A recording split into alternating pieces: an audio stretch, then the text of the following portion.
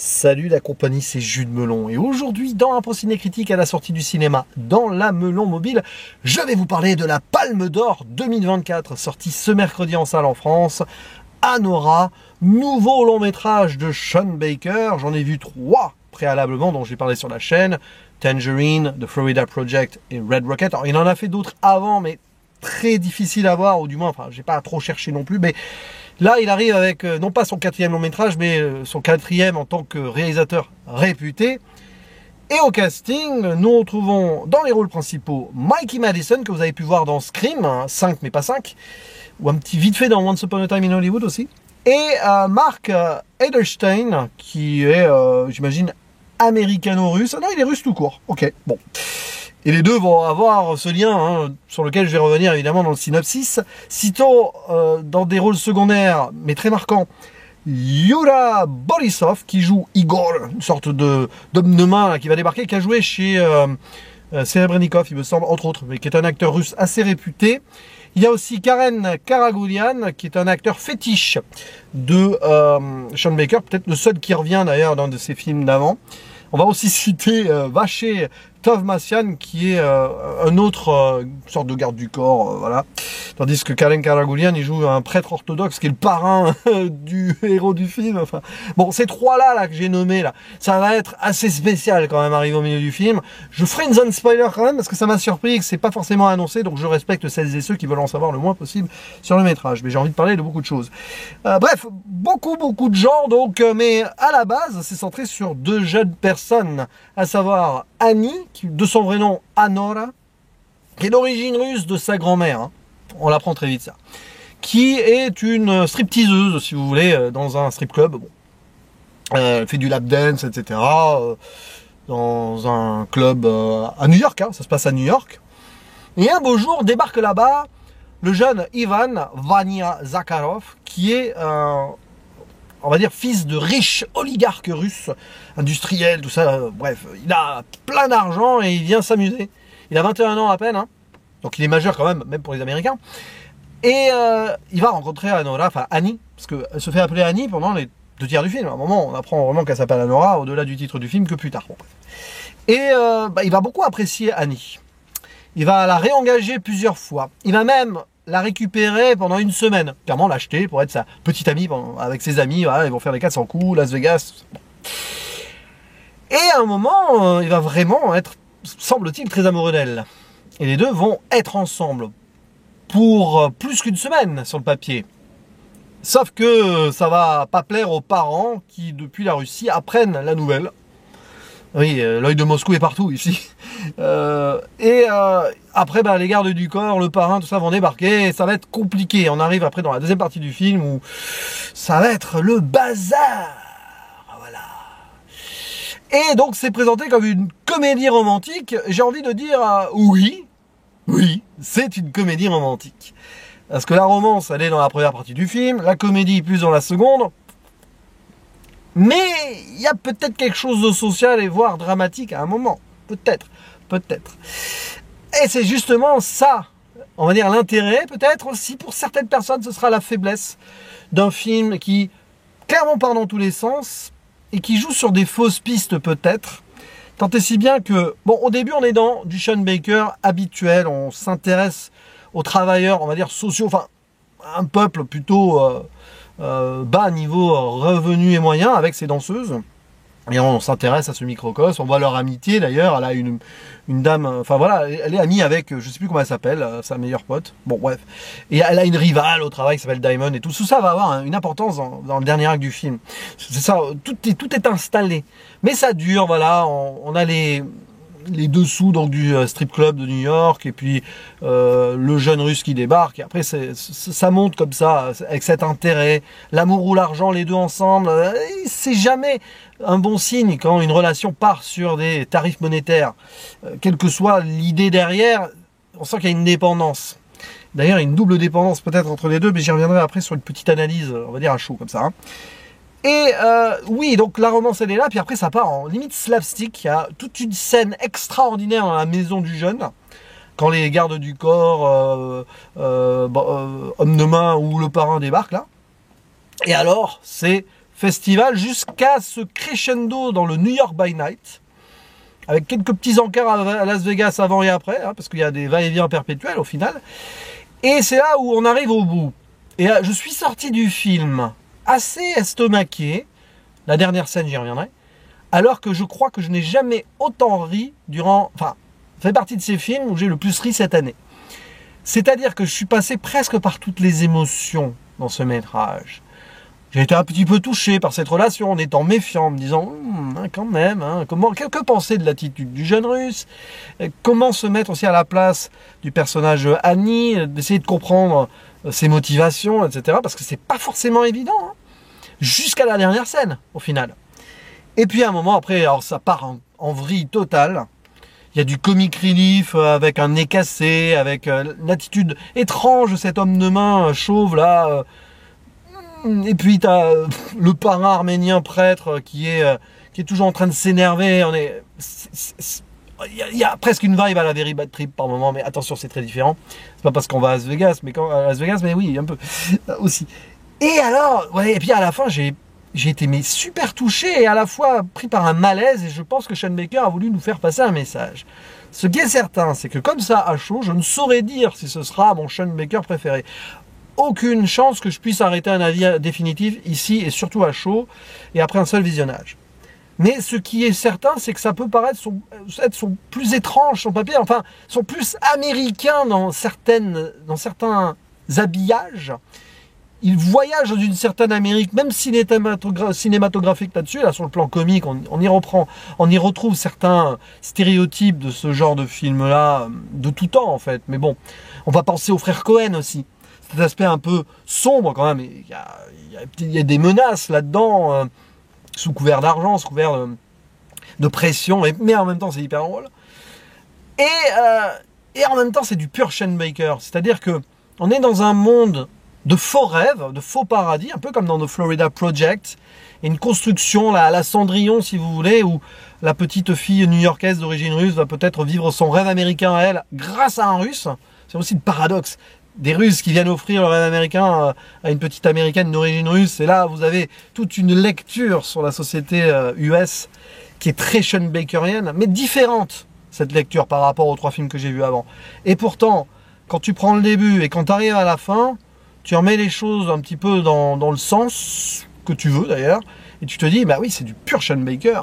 Mais c'est un Sean Baker qui a voulu étendre, on va dire, pas forcément ses influences, peut-être, mais son cinéma, il a voulu l'ouvrir, tant et si bien d'ailleurs que ce n'est pas anodin, je pense, qu'ici, il y ait des allers-retours entre New York et Las Vegas. New York, Las Vegas. Alors que les 3 films d'avant, c'était, alors, de façon respective, hein, en Californie, que je me trompe pas, en Floride et au Texas. Là, on a New York et Las Vegas. Donc là, ça y est, il a fait les 5 grands endroits, on va dire, américains, cultes, potentiellement, où il fera dérouler son prochain film. Je ne sais pas où se sont passés ses premiers métrages underground, mais bon. Et là, on sent qu'il y a quelque chose. Alors que quand on y pense, les 3 films d'avant, ça se passait plus ou moins dans un huis clos. Là, alors il y a plusieurs huis clos, en fait, quelque part, parce qu'il y a une sorte d'enfermement perpétuel malgré les va-et-vient. Enfermé dans une cage dorée, enfermée dans un travail qu'elle fait soi-disant par plaisir, par choix, mais est-ce que c'est vraiment un choix? Bon, on ne sait rien de son passé. On sait qu'elle a une sœur. On sait qu'à un moment, elle parle de sa mère qui vit en Floride. Tiens, c'est marrant, c'est peut-être en lien avec The Florida Project. Mais c'est très mystérieux. Mais dans le sens où elle a l'air enfermée dans son existence, lui, il est enfermé dans sa cage dorée, et elle va être enfermée dans la cage dorée du gars. Et alors, ce qui est passionnant, c'est comment les 2 personnages sont écrits. Le russe, là, le jeune russe, c'est l'enfant. Mais l'adulte qui est resté enfant, qui a des délires, mais il veut du sexe, donc c'est à dire qu'il est conscient d'être adulte quand même. C'est une sorte d'éternel adolescent, qui a été détruit par finalement l'héritage de parents riches qui ne l'apprécient pas ou qui veulent à tout prix qu'il fasse ce qu'il a à faire. Enfin, il y a ça. Donc il y a cette idée-là, et elle, on sent qu'elle se débrouille, qu'elle fait ce qu'elle peut, quoi. Et elle tombe peut-être dans un piège ou pas, on a envie d'y croire, mais doit-on y croire? Est-ce que le film nous dit qu'on doit y croire? C'est ça la vraie question. Arrivé au bout, on peut se poser la question. Et c'est passionnant ce qui se passe. Parce qu'on voit aussi 2 mutations, 2 mues, si vous voulez, des 2 personnages. Puisque vous avez Annie qui est, on va dire, sur le papier, elle a l'air superficielle au début. Puis elle va grandir, elle va s'affirmer. Elle est déjà affirmée dès le départ en soi. Elle va s'affirmer autrement, notamment avec les hommes de main là. Et avec son mari, d'une certaine façon, elle va vraiment to stand up, quoi. Elle va faire face, femme forte. Il y a quelque chose qui aurait pu être tarantinesque aussi dans l'approche du film, mais très autrement par contre. Et alors, le personnage de Vania, le jeune russe, lui aussi va avoir sa mutation. Il passe de l'ado éternel et tout, et puis, à un moment, il va disparaître du cadre, pour des raisons que j'expliquerai après. Et quand il va revenir, c'est plus le même, et tout va changer.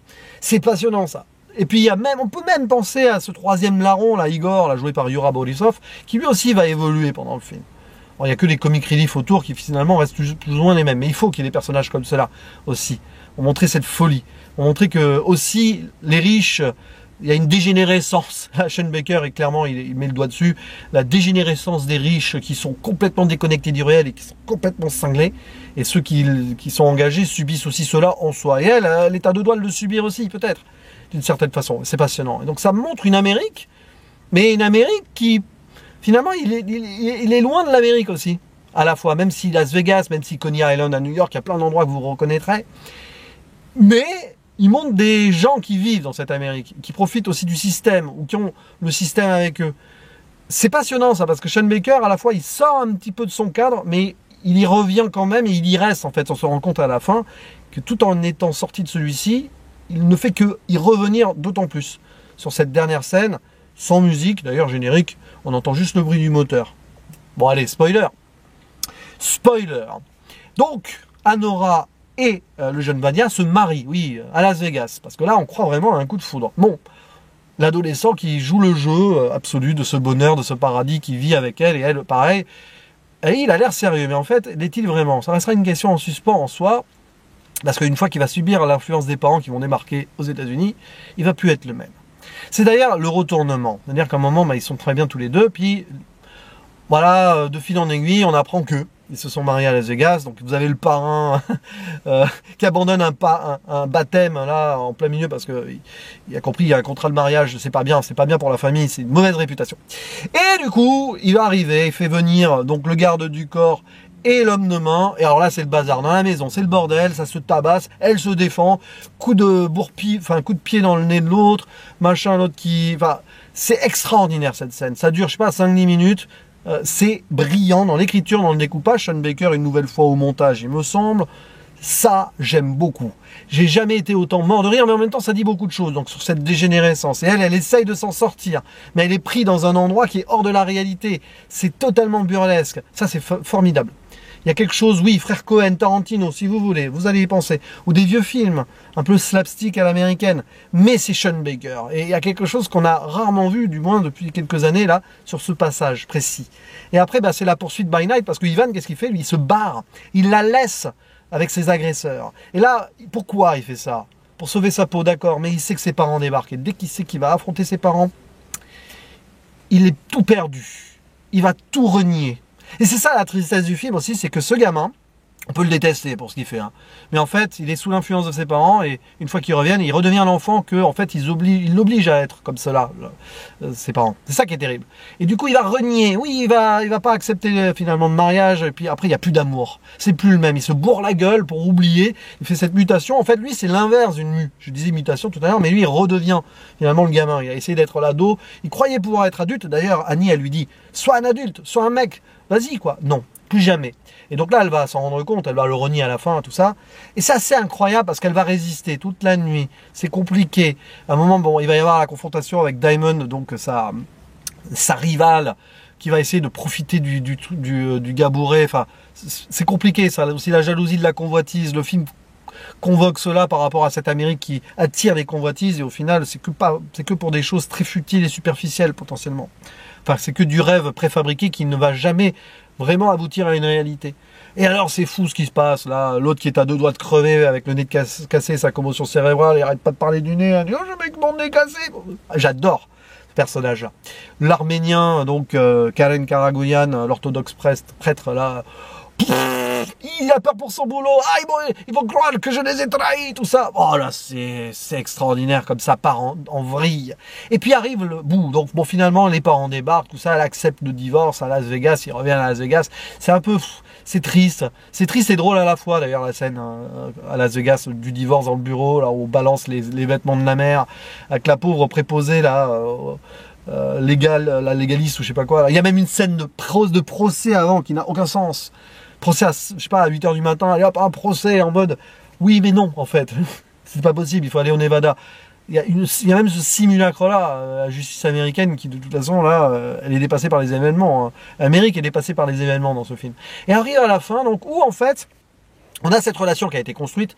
Annie avec l'un de ses agresseurs, Igor, on peut pas le blairer, il l'a quand même attaché et tout. Hein. Mais bizarrement, il y a une évolution entre les deux. Alors, là, lui, il la regarde. Beaucoup de plans. Alors, la plupart des plans sont sur Anora. Hein. Voilà. Mais là, il y a un moment, il y a Igor, il la regarde. Et en fait, il devient bluffé par elle, par cette femme forte. Il la respecte. D'ailleurs, dès qu'il reçoit un coup d'aile, dès la première rencontre, il dit ah, impressionnant. Et en fait, on ne sait pas quelles sont ses motivations. Elle voit en lui un potentiel violeur et agresseur, mais en fait, non, il vit avec sa grand-mère. Elle le traite d'homosexuel. Et à un moment, qu'est-ce qu'elle va faire? Alors que elle est ramenée chez elle et tout, voilà, tout perdu quoi. Enfin oui, elle a perdu ses rêves. Je sais pas, il y a un silence qui se met là, il neige, très très beau. Hein. D'ailleurs, il y a un plan avant à la maison où elle regarde le pont, la maison de la Cage Dorée. Hein. Elle regarde un pont, c'est le même plan qu'avant où elle contemplait, où elle se faisait contempler, elle, en train de contempler, où il y avait son mari qui la regardait quoi. Et là, il neige, tout est perdu. L'espoir est, voilà, est délabré. Et à la fin, donc il neige et elle est ramenée, puis elle revient dans la voiture. Et elle lui fait une lap dance. Et là, j'étais là en mode, mais pourquoi? Et il veut l'embrasser, elle le repousse, et elle crie, elle pleure. Elle a enfin craqué à la fin. Et là, tu te dis, elle a craqué par rapport à la nuit qu'elle a vécue, la journée d'avant et tout. Mais peut-être qu'elle craque de sa vie aussi. Et elle se dit, bah, avec tout ça, je vis dans une sorte d'artificialité aussi. Là, j'ai vécu un faux rêve, mais même ma vie, au final, peut-être. Et ça, elle s'en rend compte auprès de cet homme de main qui finalement n'est qu'un gars qui fait du boulot comme il peut pour s'en sortir. Il vit avec sa grand-mère. Et c'est très dur, cette fin. Elle est très dure. Une forme de malaise, mais une malaise d'existence pour Annie, Anora. Et ça s'arrête là-dessus. Générique très simple, le générique. Ça défile même pas. Sans bruit avec les bruits du moteur. C'est très étrange et c'est parfait comme finale. Mais justement, cette finalité-là, alors que tu as beaucoup ri, beaucoup de choses dans le film, te renvoie dans les cordes en fait. Et là, Sean Baker, il te dit, toi spectateur, là, t'as voulu comprendre quoi du film? Même qu'à un moment, il teste aussi le male gaze. Les 10-15 premières minutes, bon, j'ai 2 personnes dans la salle qui sont parties au bout de 10 minutes, parce que oui, il y a beaucoup de lap dance, on est dans le strip club, etc. C'est très libéré, ça n'a pas plu à certaines personnes, mais il teste aussi le regard du spectateur pour arriver au bout. Et au bout, elle craque en mode, vous voyez, la caméra, elle m'a regardé pendant tout le film. Là, je craque, j'ai été observé, j'ai été décortiqué, j'ai vécu cela. Je croyais enfin réussir quelque chose dans ma vie, quelque part. Et non, tout ça n'était qu'une illusion. Elle craque. Moi, je trouve ça à la fois hyper triste, beau, et flippant et bizarre. Mais ça, c'est Sean Baker. À la fin, tu te dis que peut-être il a mérité sa Palme d'Or. Je ferme la zone spoiler, alors je n'ai même pas parlé de la BO, bon, vous avez un remix de Take That au début, et puis il y a du tatou à un moment, vous savez le morceau All the things she said, running to my head, bref, qui apparaît là, alors qu'avant elle fait un lap dance habillée en chanteuse de tatou, enfin, je sais pas, 30 minutes avant, c'est amusant, il doit y avoir plein de petits foreshadowing comme ça, mais est-ce que Sean Baker mérite sa Palme d'Or avec ce film? Peut-être, j'ai pas vu tous les autres métrages potentiellement en sélection, hein, mais est-ce que c'est le meilleur Sean Baker? Je sais pas, peut-être ou pas. Ce qui est sûr, c'est un film qui va rester, qui va diviser, je pense. Parce que oui, il y a des ruptures de ton, de rythme, de changement de genre, tout ça, ou tout mélangé. Mais c'est Sean Baker qui fait son Amérique, encore plus et toujours.